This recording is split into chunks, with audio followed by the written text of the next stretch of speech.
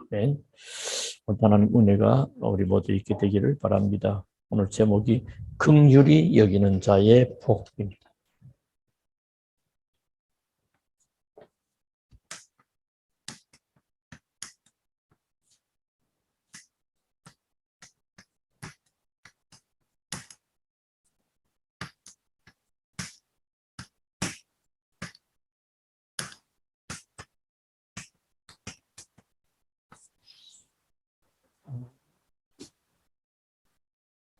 긍휼히 여기는 자의 복. 예수님께서 팔복을 통해서 참 축복을 말씀하시죠. 예수님이 산상보훈이라고 하는 그 가운데 팔복 8가지 복이 담아져요. 그것은 이것을 통해서 얼마나 참된 복을 알려줍니다. 그 당시 유대 이스라엘 나라는 로마의 속국이 되어 있잖아요.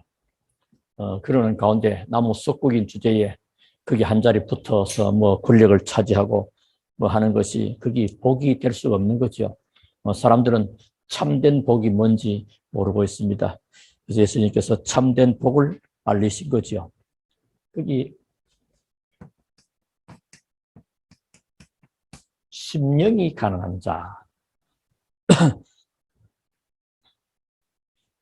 이것은 구원받은 것이 참된 축복의 시작이다.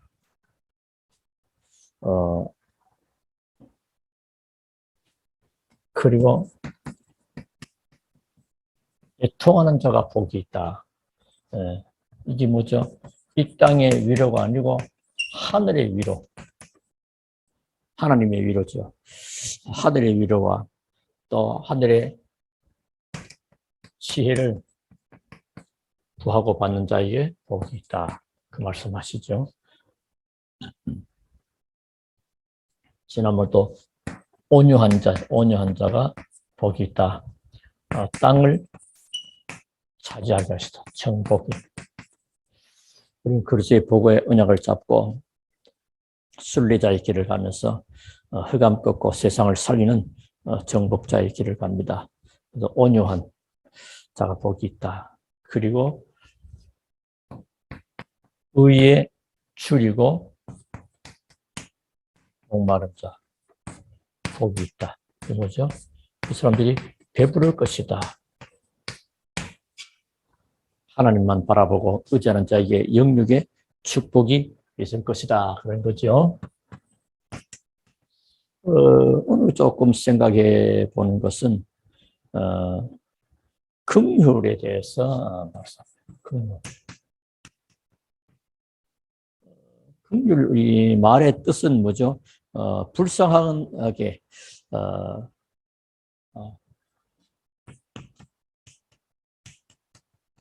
불쌍하고, 가엾게, 불쌍하고, 가엾게 여겨서, 그것은 뭐야? 도와주는, 그런 의미가 긍휼이라는 겁니다. 우리 인간은 멸망을 받을 수밖에 없는 저주 가운데 도저히 희망도 없고 소망도 없는 절망 가운데 있는 인간을 하나님은 긍휼히 여기셨다. 그래서 불쌍해가지고 그래서 우리를 구원하신 거란 말이에요. 자, 그러는 가운데 우리가 꼭 알 것은 제자와 무리. 우리 처음 시간에 했죠. 5장 1절에 예수께서 무리를 보시고 산에 올라가 앉으시니 제자들이 나온지라. 무리, 제자들은 끝까지 따라오는 거죠. 무리는 뭐 배부르면 됐고 뭐 자기들 목적을 이루면 되고 그렇습니다. 무리들은. 이 무리, 제자와 무리의 그 의미와 결과가 다르죠. 우선 하나님이 살아계십니다. 이 확신과 이 믿음입니다. 하나님이 살아계신다면 모든 것이 달라집니다. 근데 하나님이 살아계시지 않다면 마음껏 육신적인 세상을 향하여 인본주의 쓰고 다투고 싸우고 경쟁하고 자기 방법으로 살아야 될 것입니다. 그러니까 하나님의 살아계심을 정말로 확신하면 거기에 따른 응답을 실제로 누리죠. 그런데 남이 오니까 교회에 오는 그런 사람은 일단 제자는 아닙니다. 그 가운데 제자일 수는 있습니다. 무리 속에 제자가 있을 수 있어요. 그러니까 무리를 외면하면 안 되잖아요. 그걸 이해해야 됩니다. 그러나 남이 오니까 오는 그런 사람 말고 또 하나님이 정말 살아계신다면 응답받는. 자, 그리고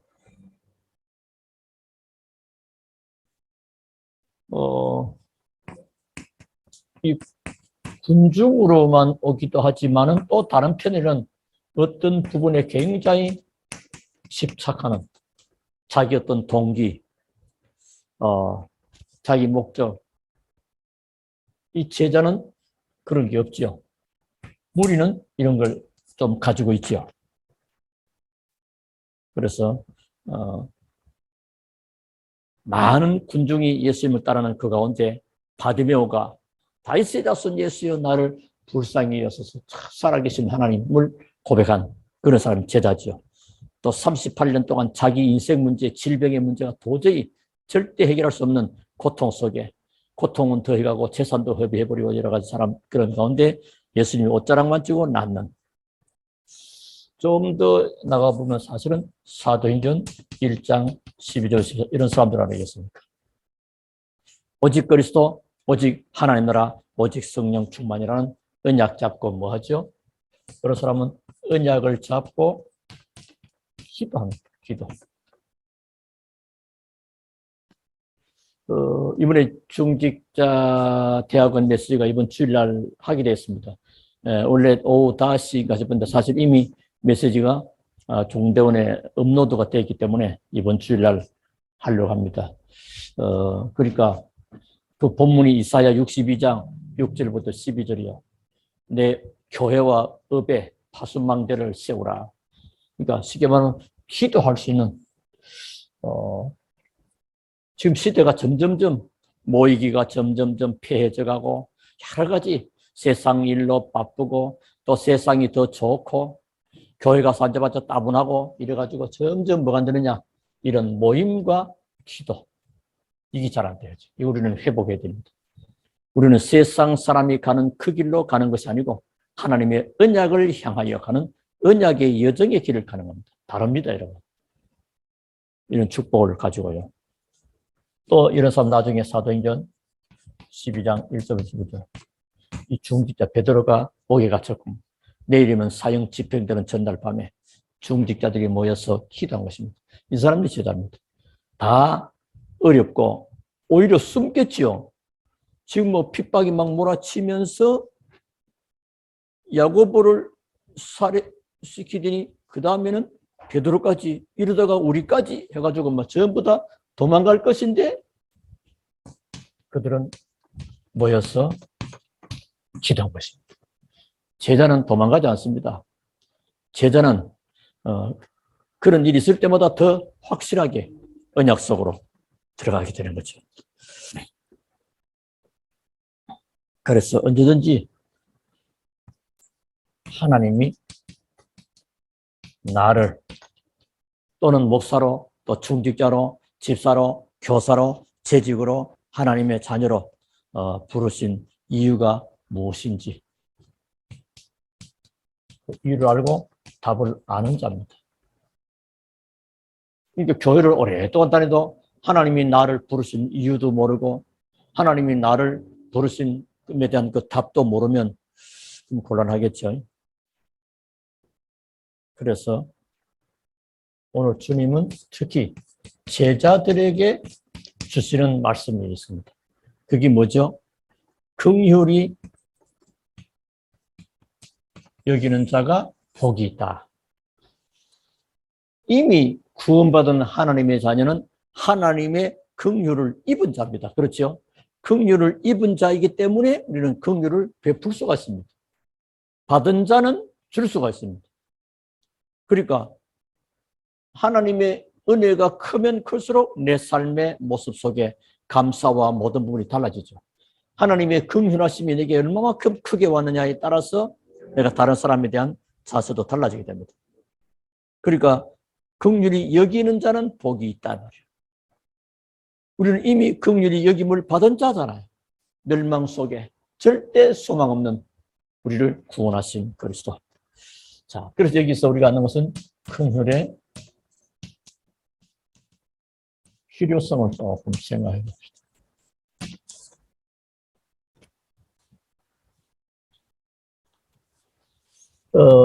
하나님의 용서가 아니면 절대 우리가 창세기 3장에서 못 빠져나옵니다. 인간의 어떤 수단과 방법과 노력과 물질과 뭐 다 돈에도 상상은 못 빠져나옵니다. 근데 하나님의 용서, 하나님의 긍휼하심. 그래서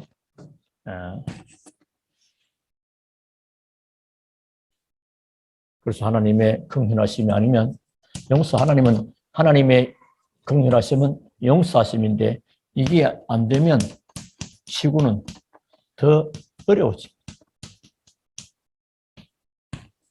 그러니까 우리가 긍휼을 입은 자죠. 또 우리 창세기 3장 때문에 저주를 받아야 되는데 창세기 3장 15절 여인의 옷은 메시아 즉 그리스도로 해방돼 버린 것입니다. 해방된 자란 말이에요. 간첩이 말이요. 북한 간첩이 남한에 와가지고 온갖 잘못을 했겠죠. 저게 상대 자기 그쪽에 유리하도록 나쁜 짓을 다 했단 말이에요.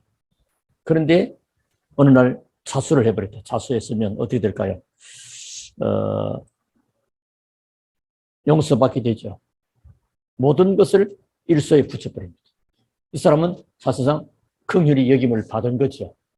만약에 너 간첩 말이야, 그쪽에서 몇 개월 흘려받아서 그러니까 그 많은 정보는 빼내겠지만은 거기에 대한 죄책은 안 묻지요.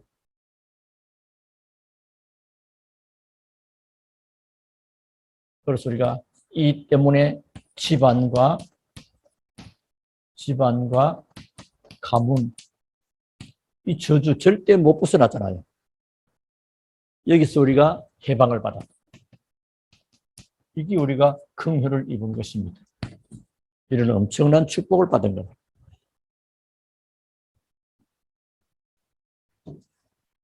죄 문제를 해결받은 그 불교 이론 가운데도 지은 죄로 벌을 받는다. 그런 그 죄들, 뭐 자범죄가 될 수도 있고요. 그래서 모든 것에서 해방받았습니다. 그래서 하나님이 주신 용서는 로마서 8장 2절 그리스도 예수 안에는 생명의 법이 죄와 사망의 법에서 너를 해방합니다. 그리고 요한복음 5장 24절 사망에서 생명으로 옮겨버린다. 그리고 로마서 8장 31절 끝까지 놓치지 않고 인도하시겠다는 겁니다. 자, 그렇다면 그만큼 우리가 하나님의 긍휼하심을 입은 자요. 그렇죠? 자, 그러면 우리가 붙잡을 내용이 뭐죠? 이 받은 바 긍휼, 이 하나님으로부터 받은 바 된 이 긍휼을 우리 삶 가운데서 누려야 되겠죠. 아무래도 받은 바 긍휼을 누리는 것 필요합니다. 그래서 보니까 긍휼히 여기는 자가 뭐가 있다? 복이 있다. 여러분이 복된 자가 맞다면 긍휼히 여김이 필요합니다. 그래서 복음을 우리가 정말로 알면 남을 긍휼히 여기게 됩니다. 이 긍휼을 복음을 받지 못하고 복음을 이해 못하면요, 다른 사람을 정말로 긍휼히 여길 수가 없게 됩니다. 그래서 복음과 상대방을 알게 될 때 우리에게도 용서도 되게 되죠. 일단 우리가 멸망받을 집안, 가문, 이건 개인에게도 다 연결되는 거죠. 여기서부터 해방을 받아버렸으니까요. 그래서 결국은 사람들은 창세기 3장으로 인해서 요한복음 8장 44절에 묶여 있는 거 아닙니까? 그래서 우리는 복음, 쉽게 말하면 복음 안에서 상대방을 이해합니다. 이해한다는 말은 상대방의 어떤 잘못들을 합리화하고 인정한다는 말은 아닙니다. 많은 분들은요, 그전에 그런 일이 있었잖아요. 어떤 나쁜 사람, 뭐, 그럴 때,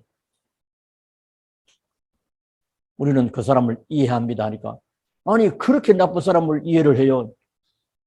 그 말은 뭐죠? 그 사람을, 죄를 합리화시킨다는, 그럴 수밖에 없음.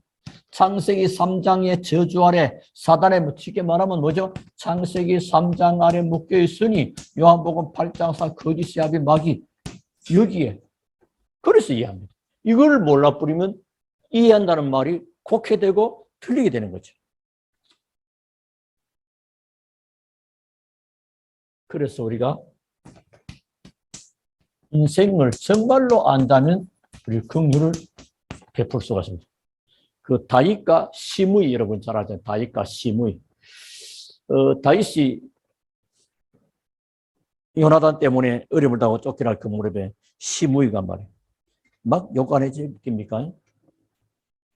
시므이가 베냐민 지파의 사람이요. 그러니까 그 지파의 사울 왕이 없어졌으니까요. 그러니까 다윗 보고. 근데 그 따라가는 장군들은 저놈을 단칼에 없앱시다 하지만 다윗은 용서하는 거죠. 하나님이 시켜서 하는 게 아니겠냐. 오히려 이들 때문에 하나님 나를 불쌍히 했을 것이다. 또 다윗이 이제 요나단이 죽게 되고 압살롬이 죽게 되고 이제 돌아옵니까? 압살롬이 죽었죠. 아들이니까.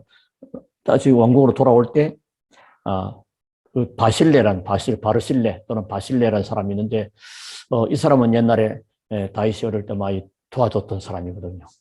그러니까 데리고 같이 예루살렘으로 이스라엘로 가자 하니까 나는 뭐 이 나이도 많이 됐고 막 그냥 내가 잘 아는 이 사람만 좀 부탁하고요. 자기는 막 그냥 얘기했다. 쉽게 말하면 놓치지 않고 그 자기를 도왔던 그 사람을 긍휼히 여기면서 돌보게 되는. 쉽게 말하면 이런 인생 속에서 인생들이 뭐죠? 사람들의 고난을 당할 때 도와주는. 세상에 못된 사람들은요, 남들이 어려울 때 더 힘들게 하면 안 되죠. 보통 옛날에 학교에서도 보면 힘든 사람을 더 힘들게 하는 그런 나쁜 무리들, 그러면 안 되거든요. 그 복음이 없으면 그렇죠. 그래서 우리가 하나님의 축복을 안다면 정말로 긍휼히 여길 수가 있는 것은 베드로전서 3장 8절부터 12절에 쭉 나옵니다. 그건 우리가 한번 볼 필요 있겠습니다. 베드로전서 3장 8절부터 12절. 저는 이 본문 할 때마다 찾아보게 됩니다. 그냥 우리 직접 확인하는 게 좋거든요. 베드로전서 3장 8절입니다. 마지막으로 말하노니 너희가 다 마음을 같이하면 동정하며 형제를 사랑하며 불쌍히 여기며 겸손하며 그리고 악을 악으로 욕을 욕으로 갚지 말고 도리어 복을 빌라. 이를 위하여 너희가 부르심을 받았으니 이는 복을 이어받게 하려 합니다. 긍휼히 여기는 자가 받을 복이죠. 그래서 악에서 떠나서 늘 행하고 화평을 구하며 그것을 따르라. 주의 눈은 의인을 향하시고 그의 귀는 의인의 간구에 기울이시되 주의 얼굴은 악행하는 자들을 대하시느니라. 그러면서 또 베드로전서에 쭉 나오는 15절, 16절도 보면요. 너희 마음에 그리스도를 주로 삼아 거룩하게 하고 너희 속에 있는 소망에 관한 이유를 묻는 자에게는 대답할 것을 항상 준비하되 온유와 두려움으로 하고 선한 양심을 가지라. 이는 그리스도 안에 있는 너희의 선행을 욕하는 자들로 그 비방하는 일에 부끄러움을 당하게 해요. 오히려 그들이 부끄러움을 당할 수 있는 하나님, 우리는 하나님의 복을 받고요. 그래서 우리가 이걸 놓고 우리가 뭐죠? 현장과 또 세계를 바라봅니다. 그렇죠?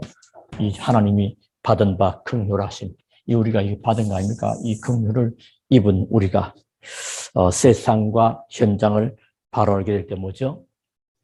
이거는 따라오는 것이 잘못하는 사람은요, 전도와 선교를 교회 부흥의 어떤 수단으로 하나님이 교회를 부흥케 하시고 성도들을 복되게 하는 결과가 나타나기를 하는 게 맞습니다. 근데 그게 목적이 아니고 이런 일을 배경으로 하고 원인을 해서 그런 것입니다. 왜냐니까 근본적으로 하나 볼 때 사도행전 10장 38절 마귀에게 눌린 자 여기 있잖아요. 이놈한테 이 사건들 때문에. 그렇죠?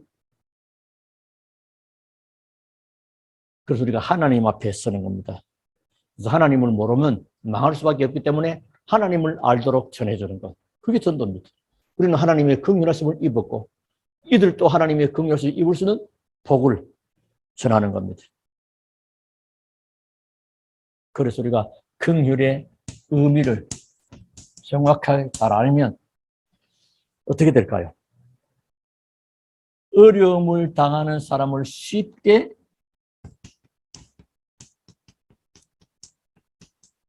비방하지는 않습니다. 그렇죠? 그러니까 하나님의 긍휼을 입을 수 있는 기회가 될 수 있으니까요.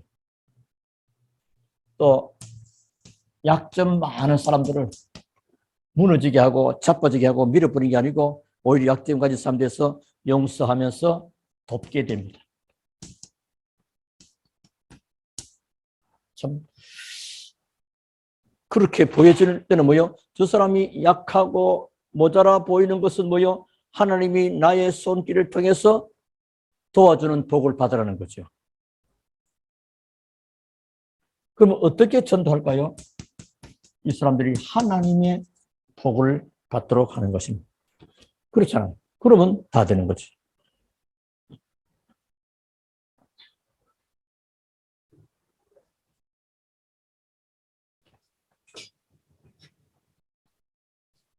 그렇다면 결론적으로 어떤 결론이 나오게 될까요? 뭐 결론 나오죠. 남을 긍휼히 여기면, 그렇죠? 남을 긍휼히 여기면 긍휼히 여김을 받는다. 긍휼히 여김을 받죠. 그리고 우리는 이런 불 놓고요. 모든 부분에 사람들을 바라보는 생각과 눈, 내 자신이 먼저 나는 그리스도의 복음 가진 제자로 말이죠. 언약 잡고 기도하는, 누가 뭐라 해도 나는 군중과 무리 속에 드는 자가 아니고 제자 속에. 제자들은 언제든지 그리스도의 말씀 앞에 섭니다. 산에 올라오는 그 제자들에게 메시지 하잖아요. 그 제자들은 메시지의 흐름을 따라가는 겁니다. 언제도 하면 제자의 기준 했죠. 제자는 말씀 따라갑니다. 그리고 먼저 우리에게 특히 받은 바의 긍휼을 삶 속에서 누리는 것. 다른 사람들을 긍휼히 여길 수밖에 없는 그 상황. 특별히 그것은 창세기 3장으로 빠져서 요한복음 8장 44절에 잡혀 있으니 뭐가 필요합니까? 이 사람에게도 뭐가 필요합니까? 하나님의 용서의 긍휼하심이 필요하잖아요. 또 그럴 수 있잖아요. 그런 기회가. 그래서 우리는 주의 복음 가지고, 그래서 우리가 먼저 우리 자신이 먼저 긍휼을 여기는 이런 자세. 저 사람이 나한테 아닌데 내가 그게 아니고요. 우리는 자신들이 먼저 긍휼히 여김을 받는 이 축복이 있게 될 때면, 그러면 하나님의 복받은 자입니다. 주 안에서 참응답과 축복과 승리가 있기를 주 이름으로 축원합니다. 우리 하나님께 감사를 드립니다. 오늘 금요 기도의 밤에 긍휼히 여기는 자의 복을 말씀받게 하시니 감사합니다. 우리가 창세기 3장 사건을 해서 요한복음 8장 44절에 마귀의 종이요 마귀에 속아서 일평생도록 묶인 상태로서 멸망받을 수밖에 없었는데, 그리스도께서 이 땅에 오사 십자가에 피 흘리시고 죽으심으로 모든 죄와 저주 문제를 해가시고 부활하심으로 사단의 권세를 깨뜨리시고 사망의 세력 잡은 사단을 사망시켜버리고 우리를 그리스도로 말미암아 구원받게 하신 이 받은 바 긍휼하심의 은혜를 입게 되었습니다. 우리의 삶 속에서도 실제로 긍휼함을 입는 자, 또 긍휼을 말할 수 있고 또 긍휼히 여김을 받는 자, 또 여기는 자, 이런 복된 자로 살아갈 수 있도록 하나님 역사해 주옵소서. 우리 가슴에 전도와 선교가 최고의 긍휼을 나타내는 하나님의 방법이고 길임을 또한 알게 하신 것을 감사합니다. 성령으로 역사해 주옵소서. 예수 그리스도 이름으로 기도하옵나이다. 아멘.